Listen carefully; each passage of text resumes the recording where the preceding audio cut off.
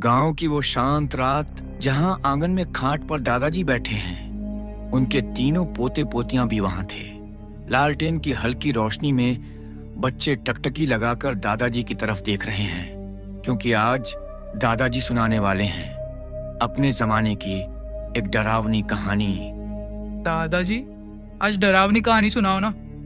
हाँ दादाजी, पिछली बार वाली भूत वाली कहानी बहुत मजेदार थी। आज उससे भी डरावनी सुनाओ। लेकिन दादाजी, सच सच बताना, आप जब छोटे थे तब क्या सच में भूत प्रेत मिलते थे? अरे बच्चों, हमारे जमाने के किस्से अलग ही थे। आजकल के लोग हंसते हैं इन बातों पर, लेकिन उस वक्त गांव वाले इन चीजों से डरते थे। आज मैं तुम्हें एक ऐसा किस्सा सुनाऊंगा जो मेरे जमाने में गांव का सबसे मशहूर किस्सा हुआ करता था। कौन सा किस्सा दादाजी? किस्सा उस भूतिया रास्ते का। गांव के बाहर खेतों के बीच से होकर एक लंबा सुनसान रास्ता निकलता था। दिन में तो लोग उस रास्ते से गुजर जाते थे, लेकिन रात को उस रास्ते पर कदम रखने की किसी की हिम्मत नहीं होती थी। क्यों दादाजी, उस रास्ते पर ऐसा क्या था? लोग कहते थे रात ढलते ही उस रास्ते पर कोई दिखता था, ना इंसान ना जानवर, बल्कि कुछ ऐसा जो इंसान का रूप तो लेता था मगर इंसान कभी था ही नहीं। बच्चों की सांसें थम सी जाती हैं। ये किस्सा बहुत पुराना है, जब मैं भी तुम्हारी उम्र का था। उस वक्त गांव में हर किसी की जुबान पर इस रास्ते की चर्चा रहती थी। लोग कहते थे जो भी उस रास्ते पर रात में गया वो कभी वैसा लौटकर नहीं आया। किसी की आंखें हमेशा के लिए सुनी सुनी रह गईं, किसी का दिमाग खराब हो गया और कुछ तो कभी लौटे ही नहीं। दादाजी, आप उस रास्ते पर गए थे क्या? हाँ, गया था, और जो मैंने उस रात देखा था वो मैं आज तक नहीं भूल पाया हूं। बात बहुत पुरानी है। उस समय मैं भी तुम्हारी तरह छोटा ही था। गांव के बाहर खेतों के बीच से एक लंबा सुनसान रास्ता जाता था। दिन में लोग उसी से होकर कस्बे तक पहुंचते, लेकिन रात में कोई उस रास्ते की तरफ नजर भी नहीं डालता। गांव के लोग कहते थे उस रास्ते पर कोई अदृश्य ताकत रहती है। बच्चे चुपचाप सुनते हैं। उस समय गांव में एक बूढ़े चाचा रहते थे, नाम था राम खेलावन। लोग कहते थे कि उन्होंने उस रास्ते पर कई बार अजीब चीजें देखी थी। राम खेलावन चाचा हर किसी को समझाते, रात में उस रास्ते पर मत जाना, वहां कोई परछाई घूमती है। लेकिन बच्चों, गांव में कुछ लोग ऐसे भी थे जो मजाक उड़ाते थे। वे कहते, भला परछाई से भी कोई डरता है क्या? और यही लापरवाही कई बार भारी भी पड़ती थी। दादाजी, आपने उस रास्ते पर क्या देखा था? सुनो, उस रात की बात है। गांव में किसी का ब्याह था। मैं भी अपने दोस्तों के साथ बारात देखने गया था। रात काफी देर हो गई थी। जब लौटा तो बाकी सब लोग गांव की गलियों से होकर घर चले गए, लेकिन मैं अकेले उस सुनसान रास्ते से गुजरने लगा। बच्चे सांस रोककर सुन रहे हैं। शुरुआत में सब ठीक था। चांदनी हल्की हल्की फैली थी, रास्ते के दोनों तरफ खेत और बीच में वो लंबी पगडंडी। मैं धीरे धीरे चलता रहा, लेकिन कुछ दूर जाकर अचानक ऐसा लगा जैसे पीछे कोई चल रहा हो। मैंने सोचा शायद मेरा वहम है, लेकिन बच्चों, जब मैंने कदम तेज किए तो पीछे से भी किसी के कदमों की आवाज तेज हो गई, जैसे कोई बिल्कुल मेरे पीछे पीछे चल रहा हो। मेरे रोंगटे खड़े हो गए। मैंने हिम्मत करके पीछे मुड़कर देखा, लेकिन वहां कोई नहीं था, सिर्फ खाली रास्ता और खेतों में खामोशी। मैंने सोचा शायद मेरा भ्रम है। मैंने फिर चलना शुरू किया, लेकिन बच्चों, कुछ ही कदम आगे बढ़ा था कि सड़क के किनारे एक औरत खड़ी दिखी। औरत? कौन थी वो? औरत अजीब थी। सफेद कपड़ों में थी, चेहरा उसके बालों से ढका हुआ। वो चुपचाप रास्ते के किनारे खड़ी थी, जैसे मेरी राह देख रही हो।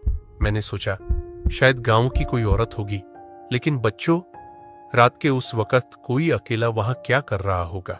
दादाजी की आवाज और भारी हो जाती है। बच्चे सहम जाते हैं। मैंने नजरें झुकाकर चलना शुरू किया, लेकिन जैसे जैसे मैं पास पहुंच रहा था मुझे साफ सुनाई दे रहा था वो औरत हल्की हल्की हंस रही थी। उसकी हंसी इंसानी नहीं लग रही थी। बच्चों की सांसें तेज हो जाती हैं। मैंने हिम्मत करके दोबारा उसकी तरफ देखा, और बच्चों, वो औरत अब मेरे सामने खड़ी थी। न उसने चलने की आवाज की, न कदमों की आहट। बस एक पल में ही वो मेरे सामने आ गई। उसके बाल चेहरे पर थे, लेकिन उसकी आंखें बालों के बीच से चमक रही थीं, ऐसी आंखें जिन्हें देखकर मेरी रूह कांप गई। बच्चे डरे हुए हैं। दादाजी की आवाज गंभीर और धीमी हो जाती है। बच्चों, वही रात थी जब मैंने पहली बार उस सेन भूतिया रास्ते की असली सच्चाई देखी। बच्चों, वो औरत अब मेरे बिल्कुल सामने थी। उसका चेहरा बालों से ढका हुआ था, लेकिन उन बालों के बीच से उसकी आंखें चमक रही थीं, ऐसी आंखें जिनमें इंसानियत का नामो निशान नहीं था। उस पल मेरे शरीर की सारी ताकत जैसे खींच ली गई हो। मैं चीखना चाहता था, भागना चाहता था, लेकिन मेरे पैर जमीन में जैसे जकड़ गए थे। बच्चे सहम कर चुप हो जाते हैं। वो औरत धीरे धीरे मेरे चारों ओर घूमने लगी।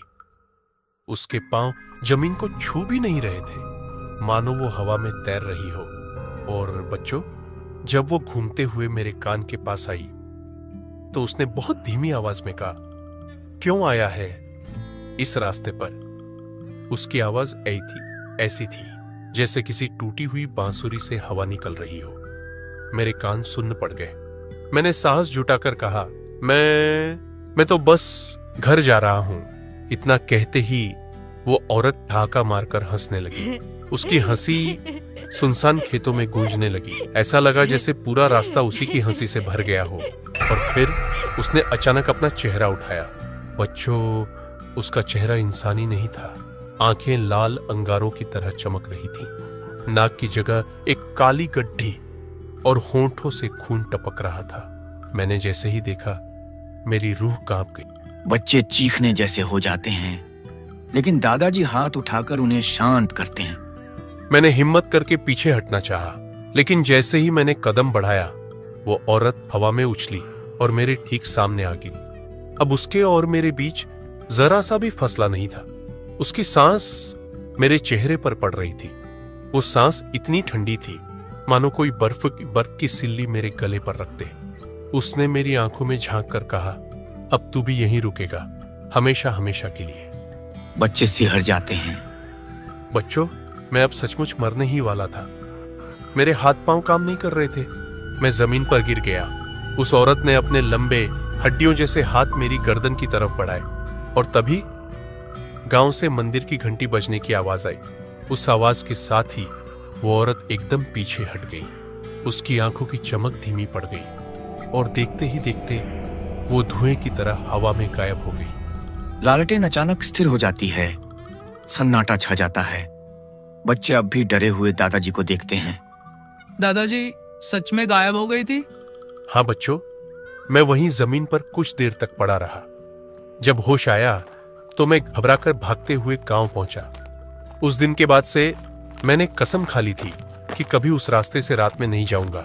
गांव के बड़े बूढ़े कहते थे, वो औरत कोई आम औरत नहीं, बल्कि उस रास्ते की रूह थी, जिसे जो अकेला दिखे उसकी जान लेने निकल पड़ती थी। और बच्चों, ये किस्सा सिर्फ मेरा नहीं है।